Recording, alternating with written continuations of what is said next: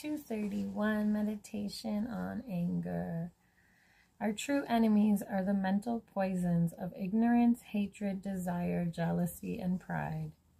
They are the only things that are capable of destroying our happiness. Anger and hatred in particular are at the root of much of the suffering in this world, from family quarrels to large-scale conflicts.